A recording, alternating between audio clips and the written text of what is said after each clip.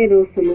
మేము సావులకు రాము, మేము దినాలకు రాము, ఏ చెడుకు మేము రాము. ఎందుకనంటే మేము ఫామ్ హౌస్ ఇరువము వాస్తు ప్రకారం అని కొండపోషమ్మ తల్లి చెప్తే నిరువద్దు బిడ్డ అని. బిర్రుగా రాగమన్నది బగ్గ తినమన్నది ముడ్డి బోర్డేసి అనుకోమన్నది. అందుకే మేము రాము. మేము ఏమిటికి ముందు ఉంటాం, పైసలు ఇంట్లో కుంభకోణం చేసినామా, 8 కోట్లు వచ్చినాయా లెక్క పెట్టుకుంటాం, పక్క దేశంకి పంపిస్తాం, గిన్నెలనే మేము ముందంజ వేస్తాం, గిన్నెలనే ముంగటు ఉంటాం మేము.